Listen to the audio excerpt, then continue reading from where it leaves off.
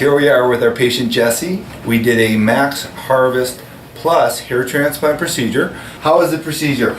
Oh, it was good. I mean, it was a pretty good experience. So you're happy with the results? Oh, I'm very happy. And what would you say to someone who's thinking about getting an FUE? I would recommend not to do it. I would say come to Dr. Bolton and do it the right way. So anyways, I'm super happy for you. What are we doing today?